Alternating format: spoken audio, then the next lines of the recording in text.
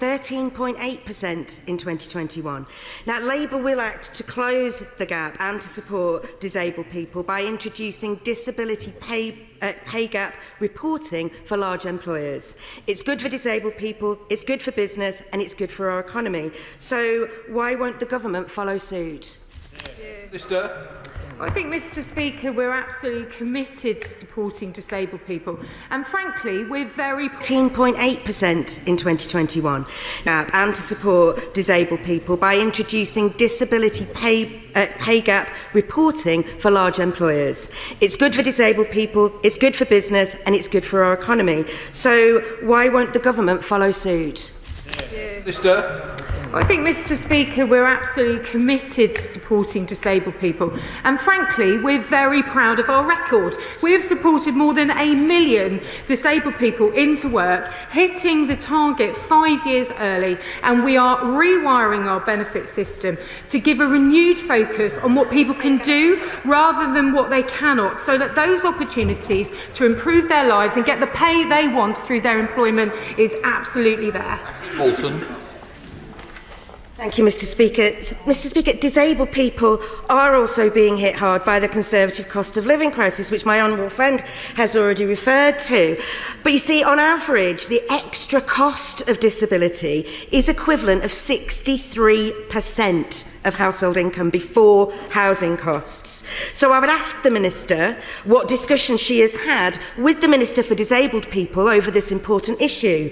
But, Mr. Speaker, there is no Minister for Disabled People. Will the Minister tell the House when one will be appointed? I thank the honourable lady for raising the point, and I think that our goal, as she rightly says, and we should all have, is to reduce the disability employment gap, and that goal remains. In terms of her question for the House, of course, I'm disappointed because I'm the lead on GO orals. I'm disappointed I'm not enough for her today, but I do lead on the matters for the department. And I will be clear, Mr. Speaker, all DWP ministers take responsibility across our portfolios to support barriers to progress. And the process for ministerial appointments will be updated in the usual way. The committee, Caroline Notes. Thank you, Mr. Speaker, and certainly I would like to reassure my honourable friend she's more than enough for me. But can I specifically ask her, there was a really worrying article in the Times a few days ago talking about the invisibility of disabled people when it comes to making employment applications. We know that disabled people are less likely to be in work and they're less likely to take up opportunities for entrepreneurship. Perhaps my honourable friend can highlight the important work she's doing as the Minister for Social Mobility to make sure across government there is a real drive to help disabled people get the best opportunities to work. No, I thank my right honourable friend, and I thank honourable members for their interest in this area, and I'm taking leadership directly as the Minister responsible for social mobility for access to employment, particularly around applications and recruitment which suits disabled people to get into work, because if we don't get them into work then they cannot progress, and that's why we've got billions of pounds in our Back to Work plan, also supporting vulnerable people by uprating benefits by 6.7% in April equally.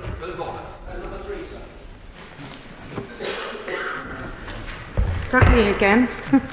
Yes. Hello again, Mr. Speaker.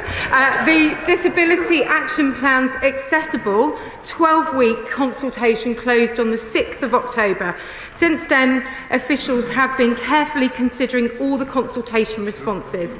Officials have been working closely with other government departments, and we have led discussions with the cross-government ministerial disability champions before we publish the final Disability Action Plan. Mr. Speaker, 14 million people live with a disability, and they're statistically less likely to have a job or any qualifications or own their own home, and sadly their children are twice as likely to become victims of crime. Will the Minister ensure that the Disability Action Plan addresses all of these issues? Minister. I thank my honourable friend for his typical care in this area, and I assure him and the House that significant work across government in these areas where disabled people have told us their outcomes must be a priority, whether it's education, employment or care.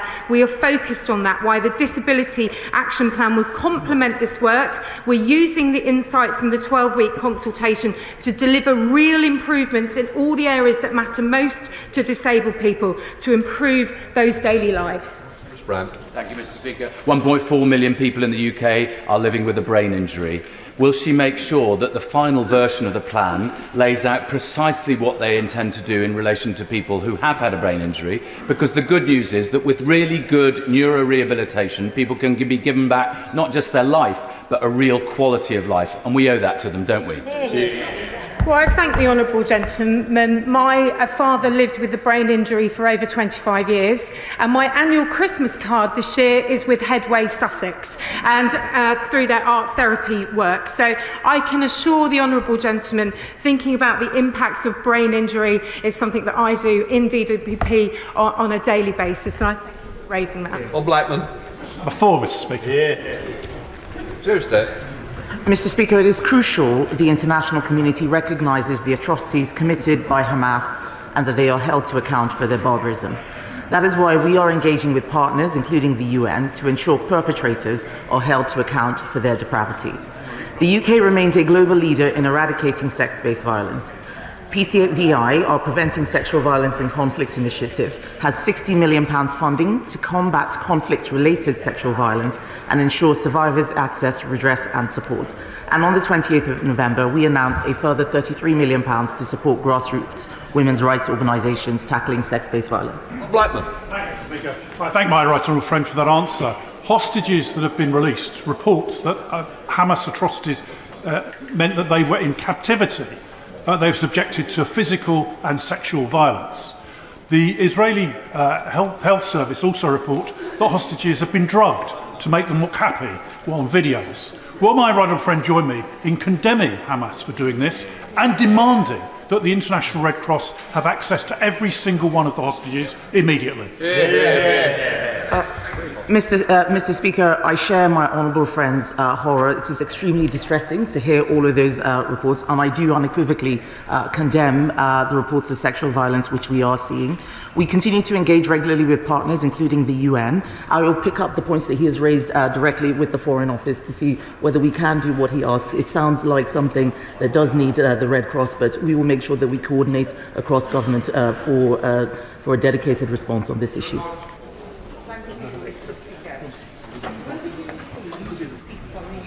Human Rights Council to raise the issue of gender-based violence on October the 7th and secure a clear condemnation from members of the rape, murder and torture perpetuated against women by Hamas on 7th of October. I thank the Honourable Lady for her question. Yes, we will. We have raised the reports of the 7th of October sexual violence attacks with UN Women and with the Office of the Special Representative of the Secretary General on Sexual Violence and Conflict. And I will make sure that we continue to do this and to press upon international organisations that the whole world needs to respond to this. Patrick Grady. Number 5, Mr. Speaker. Minister. Thank you, Mr. Speaker. We are having cross-governmental discussions around AI, and we are very clear that AI systems should not undermine people's rights or discriminate unfairly. This was a key topic of discussion at the AI Safety Summit and remains a priority for this government. Fairness is a core principle of our AI regulatory framework, and UK regulators are already taking action to address AI-related bias and discrimination. Patrick Grady. Thank you, Mr. Speaker. On that case, is he aware of findings by the Institute for the Future of Work that the use of artificial intelligence presents risks to equality, potentially embedding bias and discrimination, and that auditing AI tools used in recruitment are often inadequate in ensuring compliance with equality law, good governance and best practice? What steps are being taken across the whole of government to ensure that appropriate assessments are made of the equalities impact of the use of AI in the workplace?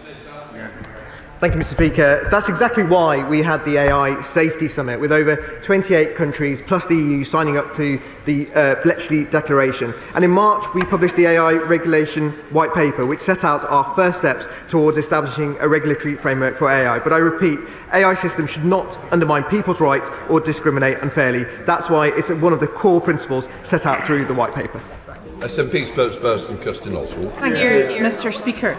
The risk of perpetuating inequality, the problems that arise in relation to solely automated decision-making are well accepted, both in recruitment, and we've heard earlier about the challenges for disabled people in terms of access to employment, but also in other contexts such as immigration or welfare benefits. But the UK Government's Data Protection and Digital Information Bill is liberalising the use of artificial intelligence in decision-making and reducing the rights of people to appeal these decisions. Does he understand that it's increasingly important to make sure that we do mitigate risks such as encoded bias, and what is the specific plan to do that? Minister, Chris. Thank you, Mr. Speaker. I don't recognise the honourable member's assessment, but let me say this: context matters. The risks of bias will vary depending on the specific way in which AI is being used. That's why we're letting the regulators describe and illustrate what fairness means within their sectors, because they'll be able to apply greater context to their discussions. The risk of discrimination should be assessed in context, and guidance should be issued specific to the sector. And that's why we're preparing and publishing that guidance to support the regulators, and then we're going to encourage and support them to develop joint guidance, and we'll be working with the Equality and Human Rights Commission and the Information Commissioner's Office, working with the Employment Agency standards. Paul Howell. Question 6, please, Mr. Speaker. With permission, Mr. Speaker, I will take questions 6 and 14 together. This government is committed to boosting economic growth across the UK and ensuring opportunity is spread as widely as possible. Education is the most significant lever to create opportunity and reduce inequality, and I'm pleased that Conservative reforms have seen children in schools in England excel in the 2022 PISA scores. England significantly outperformed the average, rising from 27th for maths in 2009 to 11th this year, and ranked 25th for reading in 2009 and is now 13th this year. Thank you, Mr. Speaker. When it comes to economic equality, physical mobility is a critical part. As the Minister may know, I'm the Joint Chair of the APPG for Left Behind Neighbourhoods. In our recent report, we talked about how limited public transport connectivity frustrates access to education and employment. I have constituents in places like Trimble and Fishburn that can't get to 10,000 jobs in Aycliffe, only 10 miles away. Would the Minister agree with me that it's imperative that when funding is determined for local transport, the opportunity to enhance social mobility is absolutely critical? Mr. Speaker, I do agree with him, and he raises a very important point about how connectivity creates access and then generates social mobility. I know that DfT is working to put the needs of current and potential users at the heart of the operation of the transport system. I also know that Network North, our new £36 billion plan, will improve our country's transport. I'd like him, if he would write to me specifically, because I think some of these duties will fall to his local council, and I want to know what they are doing with the money we're giving them in order to improve access. Thank you, Mr. Speaker. This Conservative government has done more for the people of Blythe Valley than any other government. And has brought much needed investment and employment opportunities for my constituents. Please, I can't hear the question. Obviously, there must be something funny. I didn't hear it. Come on. Thank you. Thank you, Mr. Speaker. This Conservative government has done more for the people of Blythe Valley than any other government, and has brought much needed investment and employment and opportunities for my constituents following years and decades of Labour neglect. Will my right honourable friend please assure me that continuing to close the gap between the North and the South remains this government's highest priority? Mr. Speaker, I am delighted to assure him of that. My honourable friend is an effective advocate for his constituency, and he knows that this government has been investing in Blythe Valley. We've given £18 million boost to regenerate housing. We've given £1.5 million for new high-tech training equipment, £200,000 for extended CCTV provision, and a further £20 million through our long-term plan for towns. Our investment in Blythe shows that only the Conservatives can deliver for them, and levelling up and closing the gap is a priority for this government. Of children in Central are growing up in poverty. 17% of households are in fuel poverty, and a fifth of adults are estimated to be in problematic debt. Does the Minister agree that a government that cannot deliver on economic prosperity for working people in the North East is a government that cannot deliver on socio-economic equality. Mr. Speaker, this government is delivering. Of course we recognise that there are people who are in need, and that is why we are doing everything across all departments to deliver for them. For example, our Supporting Family programme has funded local areas to help almost 600,000 families with multiple and complex needs to make significant positive changes to their lives. The programme is working. Evaluation found the proportion of children on the programme going into care reduced by a third, adults receiving custodial sentences decreased by a quarter. There is so much that we can say, Mr. Speaker. I know we're running out of time, but if she would like me to write to her, I can... Time, Jamie Stone. Thank you very much, Mr. Speaker. One thing that can mitigate against socio-economic equality, particularly for the elderly and the most vulnerable, is the access to care staff. Now, the rate of remuneration is 61p per mile, going down to 25p per mile after the first 3,500 miles. Mr. Speaker, these figures have not been revised upwards since 2011. And this means that these wonderful people in my constituency are very often losing money travelling about. It doesn't do much for recruitment either. So, Mr. Speaker, would the Minister agree to talk to the Treasury and the Scottish Government about doing something about this? Why mistake?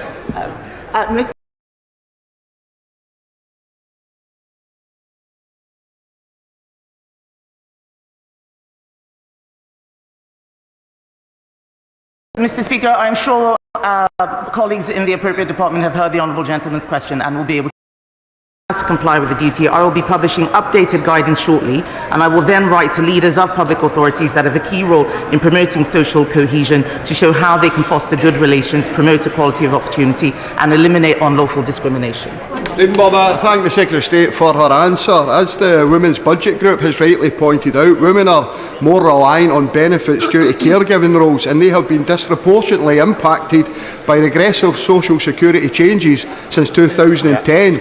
So what consideration has the Minister given to the abolition of the poverty-inducing benefit cap and the hated two-child limit to prevent further poverty and destitution amongst women and children, and will she raise this matter with her Cabinet colleagues? Mr. Speaker, the Honourable Gentleman will know that we disagree with those propositions which he has put. We have said so time and time again at this dispatch box. The two-child policy is something that we believe is important. We know that there is a cost of living crisis caused by rising energy costs, war in Ukraine caused by Russia. These are things that we are doing everything we can as a government to make sure that the impact on households is limited. A Museum of London report bizarrely concluded that black people were more likely to die of medieval plague. Will the Minister for Women and Equalities ensure that such sensationalist research findings and woke archaeology have no impact at all on current health and pandemic policy? Mr. Speaker, I do agree. I'm not even sure whether we can call it just sensationalist or woke. The research apparently was based on phrenology, completely discredited type of science. And I do agree with him that this type of research is damaging. It's damaging to trust, to social cohesion, to health and trust in health services even. And I've written to the director of the Museum of London expressing my concerns. Minister Urbano Conclusori. Thank you, Mr. Speaker. In 2020, women's life expectancy in the poorest parts of the UK was almost 19 years shorter than those in the most affluent.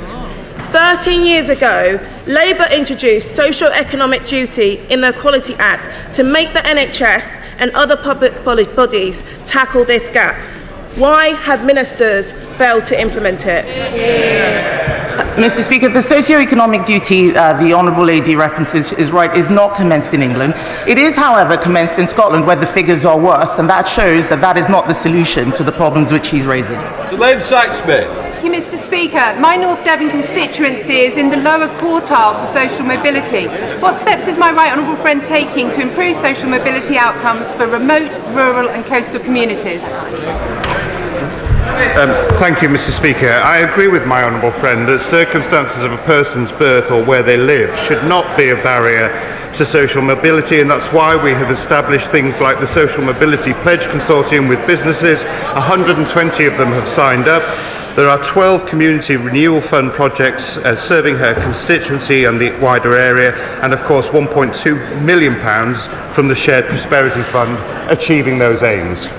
Rachel Hopkins. Thank you, Mr. Speaker. The Eccleston Review was published 5 months ago, and we're due to have a statement later today. Can I seek assurances from the Secretary of State that her department will work with the Ministry of Defence to ensure its recommendations are published at pace? Well, I completely agree with the Honourable Lady. It was a very important review. I'm glad that my right honourable friend, the Prime Minister, made an apology at this dispatch box. There will be a statement later on, and I suggest that she asks questions of the Minister at that point. Richard Fuller. Every year, 800 women pass through immigration detention, including centres such as Yarlswood in my constituency. Many of these women have been trafficked or are victims of sexual abuse. I'm working with the group Women for Refugee Women to provide a snapshot of the backgrounds of these women. Will the Minister agree to meet with us to analyse the results of their finding? Minister. I thank my honourable friend for his question. Of course I would be happy to meet with him. Women who have survived trafficking or sexual abuse are detained only when the evidence of vulnerability in their individual case is outweighed by immigration removal considerations. Victims of torture have their case considered by a single specialist team, autonomous of general caseworkers, and victims of modern slavery undergo a needs assessment to identify recovery needs. Mr. Speaker, gender bias plays a key role in the misdiagnosis and underdiagnosis of conditions such as ADHD and autism in women and girls. So what action is the government taking to make sure that every girl with special educational needs receives the support in school or college that she is entitled to by law? Thank you, Mr. Speaker. We're working with other 42 ICBs around the country to improve the timelines for diagnosis for autism and ADHD. Some ICBs are doing particularly well, others need a lot more help and support. Many people with impaired mobility conditions depend on their cars for the freedom to live the lives they want to lead. So will the government crack down on Labour anti-car policies in local government, like unit expansion, LTNs and building over station car parks?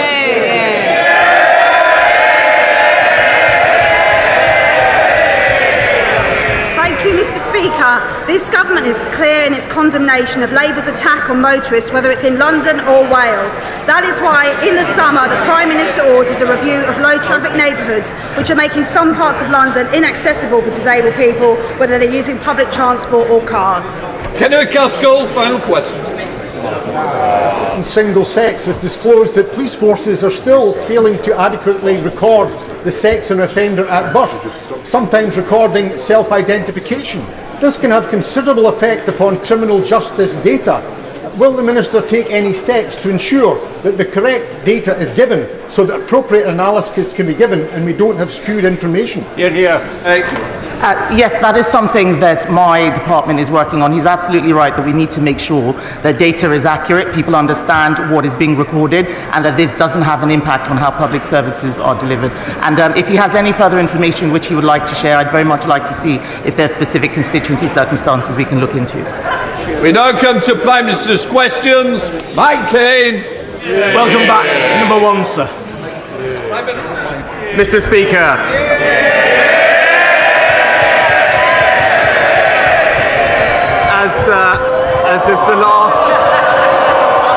As the last Prime Minister's question before recess, I know the whole House will want to join me in wishing you and all the House staff a very Merry Christmas and a Happy New Year. And I know members will also want to join me in sending our warmest wishes to our armed forces, both at home and stationed overseas, and our emergency services and all those who will be working over Christmas too. And finally, I know everyone will want to join me in wishing Mark Drakeford all the best as he moves on from his many, many years of devoted public service. Mr. Speaker, this morning I had meetings with ministerial colleagues and others. In addition to my duties in this House, I shall have further such meetings later today. Can I concur with the comments of the Prime Minister about our armed forces, Christmas and Mark Drakeford? My constituent, Mr. Speaker, Fred Bates, is 74, he has liver cancer and he's a victim of the contaminated blood products scandal. The Prime Minister had a chance to do right by Fred last week, but failed to do so and lost the vote in this House. After half a century, Fred wishes to know when he and fellow survivors will be compensated and get justice. Mr. Speaker, this was an appalling tragedy, and my thoughts remain with all those concerned. I absolutely understand the strength of feeling on this. It was this government previously who set up the inquiry, which I participated in, and we fully understand the need for action. The government has crucially already accepted the moral case for compensation and acknowledged that justice does need to be delivered for the victims. My right honourable friend, the Minister for the Cabinet Office, will update the House on our next steps on the infected blood inquiry shortly. Rexman. Thank you, Mr. Speaker. The tax cuts in the autumn statement were extremely welcome. But in order to go further and to get the tax burden as low as it possibly can be, accurate and robust economic modelling is required. The Office of Budget Responsibility have been habitually wrong, and we had the spectacle last week of the head of the OBR saying that his latest forecast might be 30 billion out. So will my right honourable friend commit to finding a better system of financial modelling so we can get taxes lower? Well, Mr. Speaker, as my honourable friend knows, the OBR has brought greater transparency and independence to the forecasting on which government policy is based. But he's right, and it is required to produce an assessment of its accuracy of its fiscal and economic forecasts at least once a year. But crucially, as he acknowledged, thanks to our management of the economy, the fact that we have halved inflation, controlled borrowing, we now have delivered the largest tax cuts in a generation, Mr. Speaker, and they will benefit families up and down the country from January. The Leader of the Opposition, Keir Starmer. Thank you, Mr. Speaker. Yesterday we heard of the tragic death of a young man on the Bibby Stockholm. I know the whole House will want to send our deepest condolences to his family and friends. We must never let this happen again. I would also like to mark the retirement of my colleague and friend, Mark Drakeford, the First Minister of Wales. Mark committed his life to public service and lives his values every day. Quietly and patiently, Mark has been a titan of Labour and Welsh politics, and we thank him for his service and wish him well. Mr. Speaker, Christmas is a time of peace on earth and goodwill to all. Has anyone told the Tory party?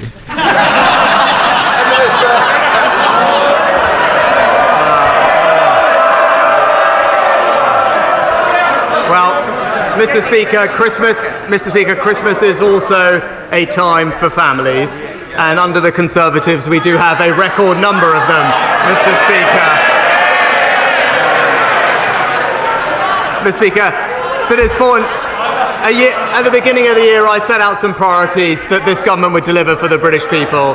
And over the course of this year, we have, Mr. Speaker, inflation halved, Mr. Speaker, the economy growing, debt falling, action on the longest waiters, the boats down by a third, and crucially, as we heard from Honourable Friend, tax cuts coming to help working families in the new year. Mr. Speaker, he can spin it all he likes, but the whole country can see that yet again the Tory party is in meltdown and everyone else is paying the price. Now, he's kicked the can down the road, but in the last week his MPs have said of him he's not capable enough, he's inexperienced, he's arrogant, a really bad politician. When they're shouting, this is what they said. So, well, come on. Who was it who said he's a really bad politician? Hands up. They're shouting. Well, what about inexperienced? Who was that? Or, and now there's got to be some hands for this, he's got to go. Oh, shy. Apparently, he's holding a Christmas party next week. Order.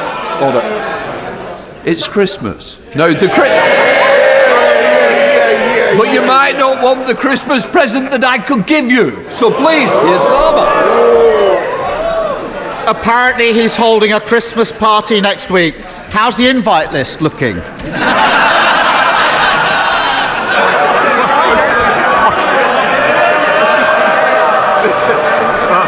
Mr. Speaker, I thank the honourable gentleman for all the comments. What I would say to him, he should hear what they have to say about him, Mr. Speaker.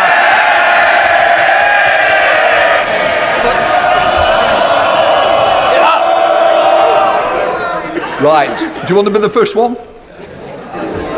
Because it is Christmas and I'm going to hear it. My constituents are going to have a Christmas like everyone else. They want to know how their Christmas is going to be affected. So I want less of it from all sides. Keir Starmer. They've obviously found the donkey for their nativity. The search of three wise men may take a little longer. But while they fight amongst themselves, there's a country out here that isn't being governed, where more than 100,000 people are paying hundreds more a month on their mortgages, energy bills going back up in January, the economy shrinking again, NHS waiting lists an all-time high. Doesn't he think the government would be better off fixing the messes they've already made rather than scrambling to create new ones? Mr. Speaker, he talks about governing and spent the first two questions talking about political tittle-tattle, Mr. Speaker. What a joke. Well, let's get on to the substance, Mr. Speaker. Let's get on to the substance. He mentioned the things. What is the news that we've just heard in the last week? Well, what's the most important thing? The most important thing is education, Mr. Speaker, because that's how we spread opportunity in our country. And what have we learned? Where are the schools performing best in the United Kingdom? In England, Mr. Speaker, thanks to the reforms of this Conservative government, rising up the league tables, giving our kids the start they need. And where are they plummeting down? In Labour-run Wales.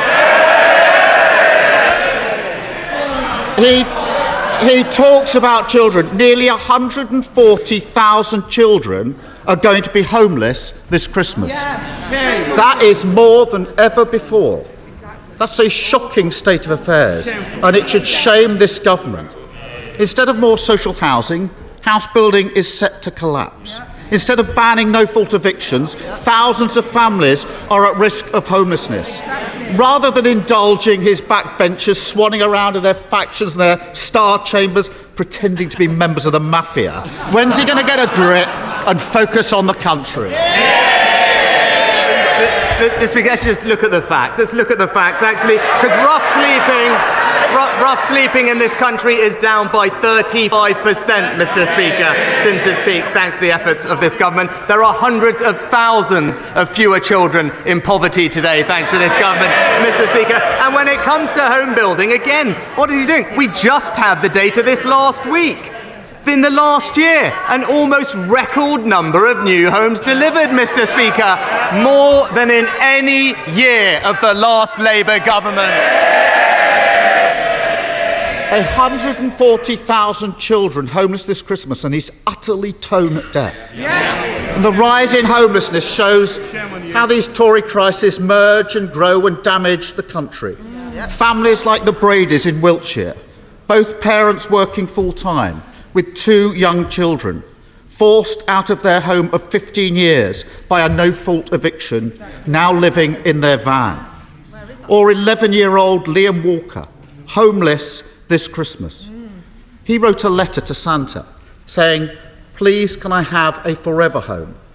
I don't want any new toys. I just want all my old toys out of storage. I just want us to be happy again." Is there anything that could shame this government into putting the country first? Then it's surely this little boy. Mr. Speaker, if he really cared about building homes... No.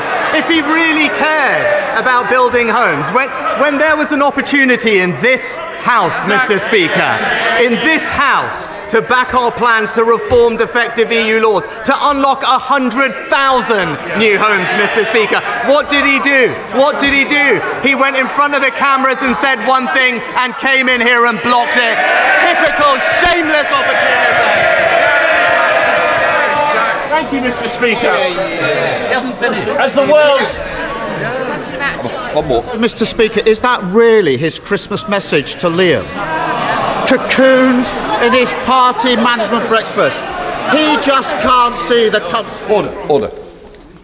Mr. Cleverly, please. It's Christmas. I want a little bit of silence. And I'm going to get it one way or another. And that goes to each side. Keir Starmer. Cocooned in his party management breakfast, he just can't see the country in front of him and what they've done. I'll finish by thanking hard-working families across Britain who kept our country going. It's been an impossibly difficult year for so many. I want to pay special tribute to our key workers, particularly those in the emergency services and those serving abroad in our forces, who even at this time of year are doing the vital work of protecting their country. I wish everyone, including the members opposite, a very happy and peaceful New Year. Will the Prime Minister join me? Prime Minister. I think, Mr. Speaker, he missed that I paid tribute to our emergency workers at the beginning of the session, Mr. Speaker. But let's see, because I think it is important, because he talked about working families. Of course, Mr. Speaker, I want to make sure that we support working families, and that's what we're actually delivering, Mr. Speaker, because all he has to offer them is borrowing £28 billion a year. Which all it will do is push up their mortgage rates and push up their taxes. Meanwhile, what have we done? Delivered tax cuts for millions of working families, boosted the national living wage, Mr. Speaker, recruited 50,000 more nurses, 20,000 more police officers, improved our schools. We've cut the cost of net zero for those working families. We've cut the boat crossings by a third and we've halved inflation. And that's the difference, Mr. Speaker. We're getting on and delivering for working Britain.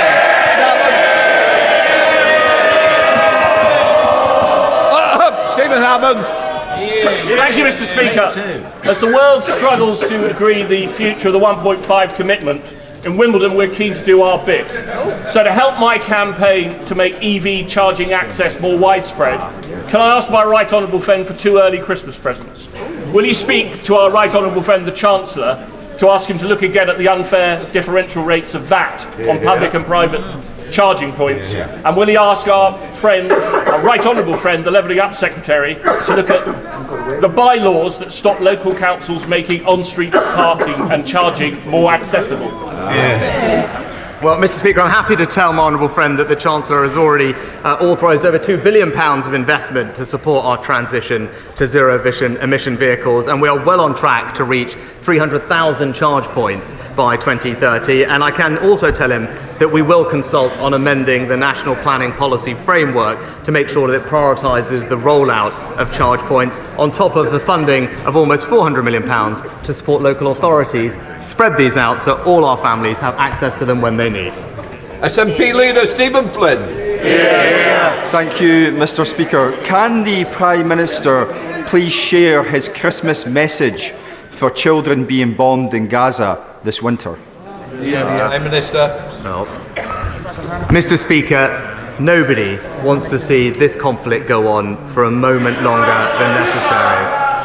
We urgently need more humanitarian pauses to get all the hostages out and to get life-saving aid into Gaza to alleviate the suffering of the Palestinian people.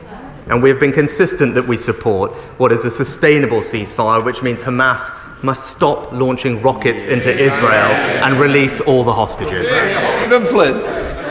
Mr. Speaker, if the current actions of the Israeli government continue, then it is estimated that almost 1,400 more children will die between now and Christmas Day.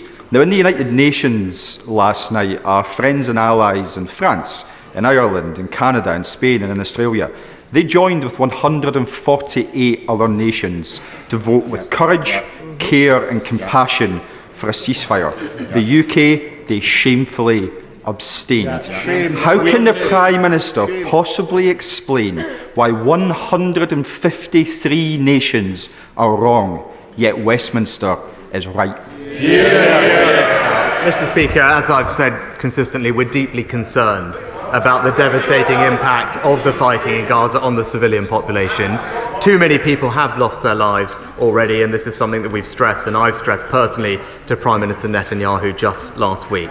And what we are doing practically is to get more aid into Gaza, Mr. Speaker. The Foreign Secretary is appointing a UK humanitarian coordinator, and in my conversations last week with Prime Minister Netanyahu, I pressed him on opening up the Kerem Shalom crossing so that more aid can flow in, and we are actively exploring the opportunity for maritime corridors, something that the UK is well placed to lead, and I can give him my assurance that we will work night and day to get more aid to those who desperately need it. Dr. Neil Hudson. Thank you, Mr. Speaker. We expect our young folk to remain in educational training until they are 18, but many lack transport to get there. With the amazing head teacher of Alston Moor Federation, Jill Jackson, I secured funding from the council to get her students to college and pressed the council for a £500,000 bursary scheme to extend youth travel more widely. But we shouldn't have to do this. To secure equality of opportunity and true levelling up, will the Prime Minister look to mandate and support councils to provide post-16 transport so all our young people in towns, cities and rural areas can reach their next stage in life? My honourable friend and the head teacher of Alston Moor Federation, Jill Jackson, have done a fantastic job in securing more funding, and I wish her well also, I believe, on her upcoming retirement. As he knows, our school travel policy ensures that no child is prevented from accessing education by lack of transport. Not only do we have home to school travel policies, but the 16 to 19 bursary fund can be used to support young people with transport costs, and more generally we're taking action to keep bus fares capped at £2, Mr. Speaker, but I'll happily make sure that my honourable friend gets a meeting with the relevant minister to discuss his proposals further. Donaldson. Mr. Speaker, the Prime Minister will be aware of unionist concerns about the need to remove the Irish Sea border created by the protocol, and that disrupts the UK's internal market. Will the Prime Minister bring forward legislation to amend the UK Internal Market Act and both guarantee and future-proof Northern Ireland's unfettered access to the UK's internal market in all scenarios? Can I thank my right honourable friend? I recognise the need to do more in this area, and I can confirm to him that the government does stand ready to legislate to protect Northern Ireland's integral place in the United Kingdom and the UK internal market, alongside an agreement to restore the executive. We can do this at pace, and I know my right honourable friend and his colleagues are working hard to achieve that. Our NHS, our police officers and the most vulnerable in Northern Ireland need devolved government urgently, and I think it's incumbent on all of us to work day and night to help achieve that. So Luke Evans. 121 MPs from across the House signed my open letter to supermarkets asking to have a Buy British button online. I'm pleased to announce that last week Morrisons were the first supermarket to implement a Buy British tab. That gives consumers the choice to have homegrown produce and also supports our farmers. So will the Prime Minister join my calls to ask other supermarkets to have the courage to make the change and follow suit? Well, Mr. Speaker, this government will always back our farmers, and I welcome the work of my honourable friend and the National Farmers Union on this particular issue.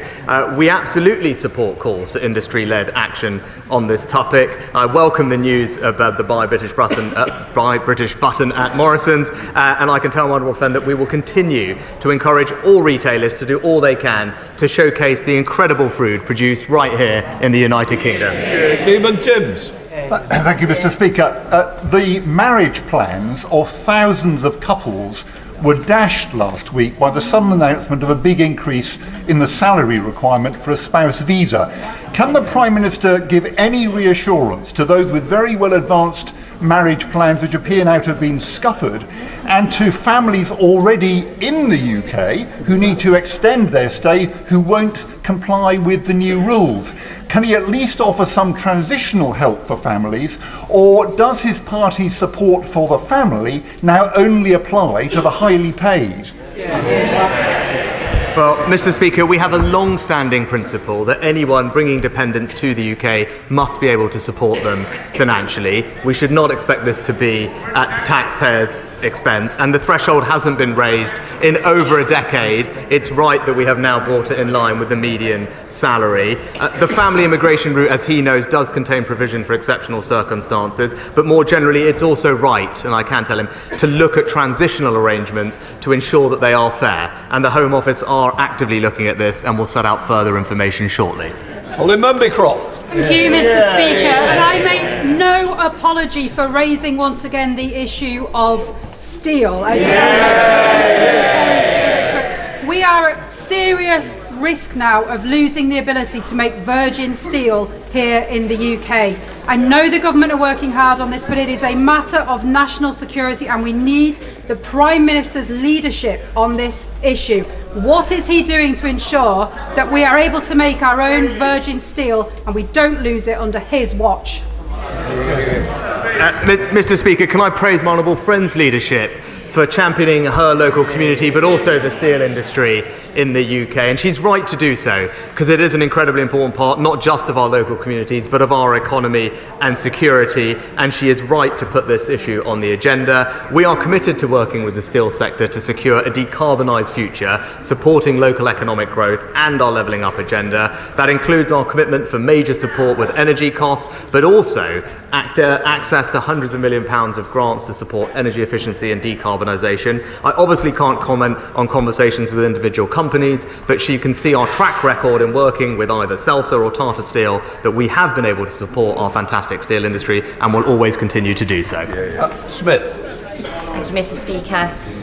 A road company has walked away from 13,000 tonnes of hazardous waste in Lancaster, and it's now been on fire for 10 days. There are plumes of smoke covering our city. Lancaster City Council has been left to pick up the tab, and to date they've spent £262,000.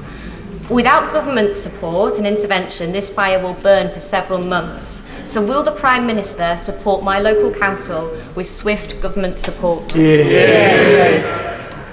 I thank the honourable member for raising this incredibly important question? I know she's been working alongside my honourable friend, the member for Morecambe, on this. And can I also thank the emergency services in her constituency? Now, my understanding is that Lancaster City Council, the Environment Agency and the UK HSA and emergency services are working together to ensure that the health risks and environmental consequences are minimised. But I will ensure that the relevant minister understands the absolute urgency of the issue that she's raised, and I'll make sure that she meets with them as soon as possible. Jerome Mayo. Mr. Speaker, some dental practices are taking advantage of post-COVID demand to take their NHS practices private, earning more money but leaving behind those most in need. Training a dentist cost constituents in Broadland more than £300,000. Does my right honourable friend agree with me that if a dentist accepts public funding in order to qualify, they should be asked to commit to NHS dentistry for a number of years before going private? Mr. Speaker, my honourable friend makes an excellent point, and we are investing £3 billion into dentistry. The dentistry contract with the NHS was reformed last year to improve access for patients, and around half of all treatment were delivered to non-paying adults and children. The number of adults has gone up by 10%, the number of children by 15%, but my honourable friend is right and more needs to be done, and that's why the government will be bringing forward the dentistry recovery plan in due course. I should have called over. Thank you, Mr. Speaker. There are 12 days until Christmas, and hundreds of families in Battersea will be worried. Not about being able to buy gifts for children, but whether they can afford food and heat for their homes due to the Tories' cost of living crisis. Over 4,300 emergency food supplies were provided in Battersea by the Wandsworth Food Bank this year, and they have told me that they are bracing for the worst winter yet.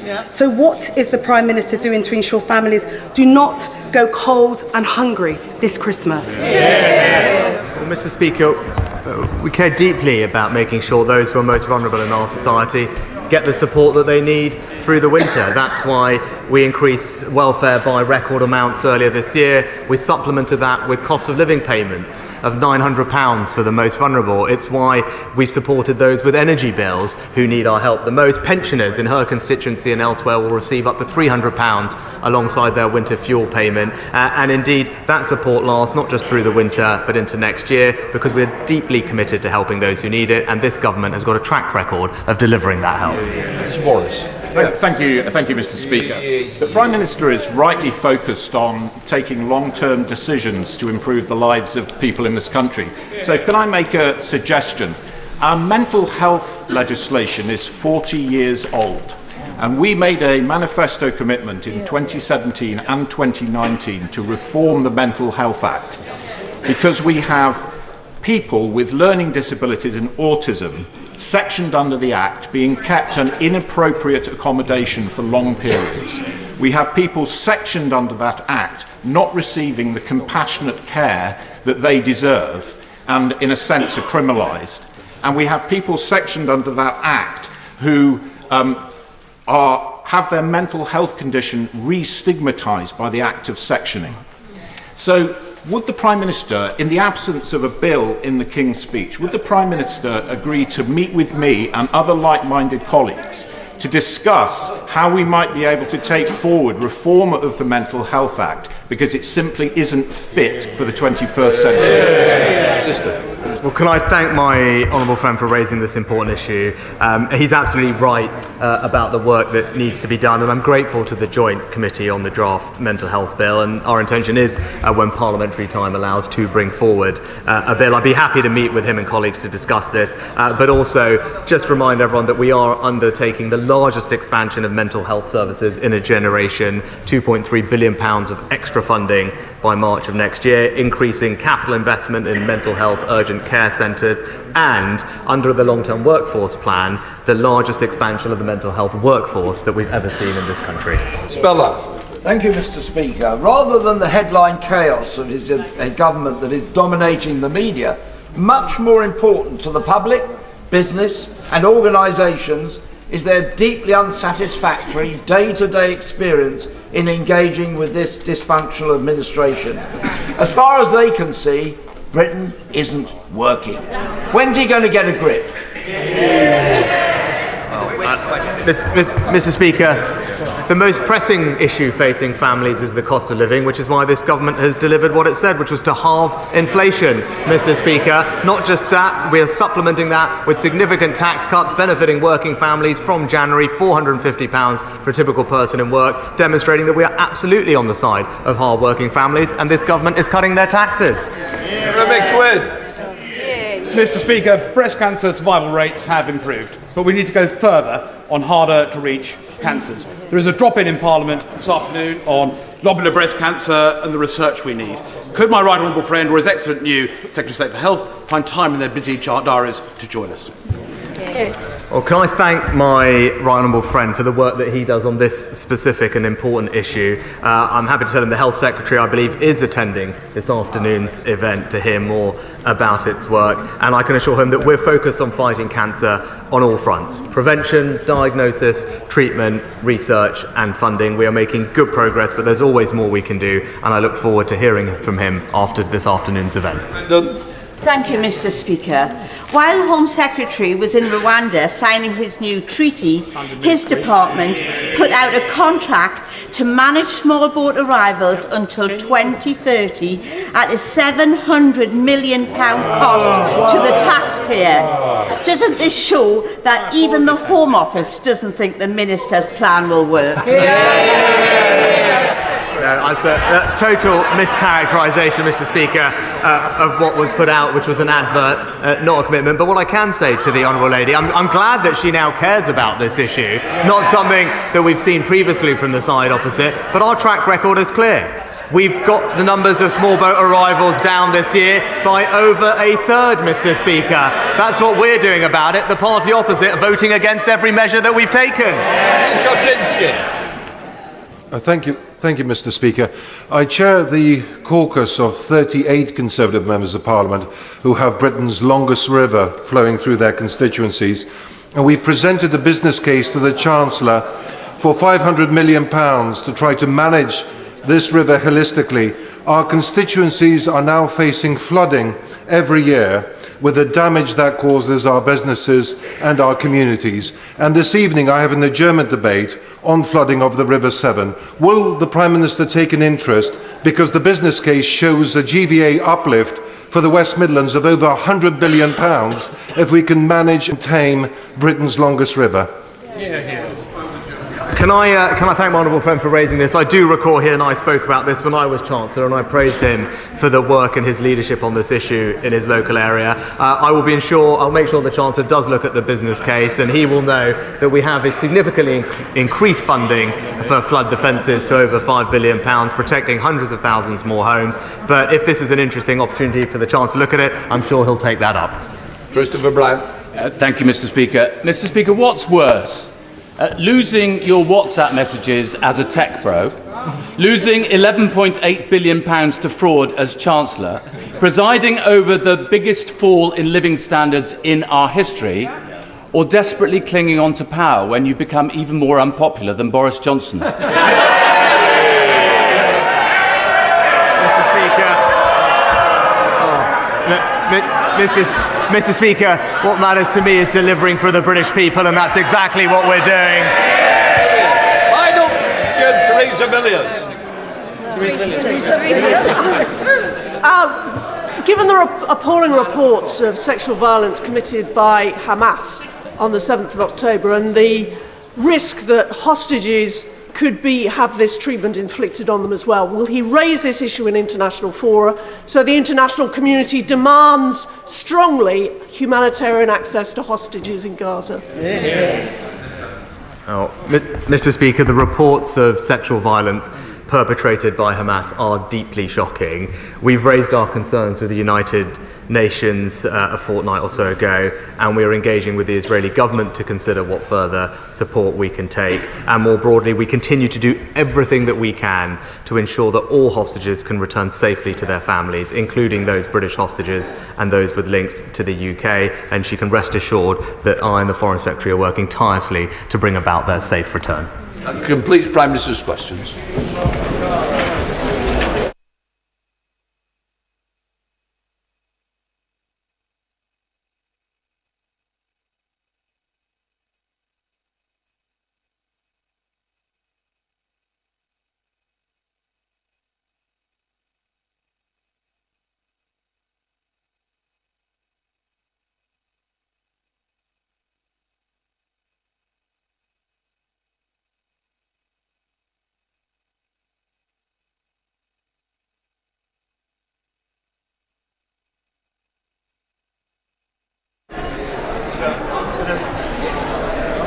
We now come to the first statement. Minister.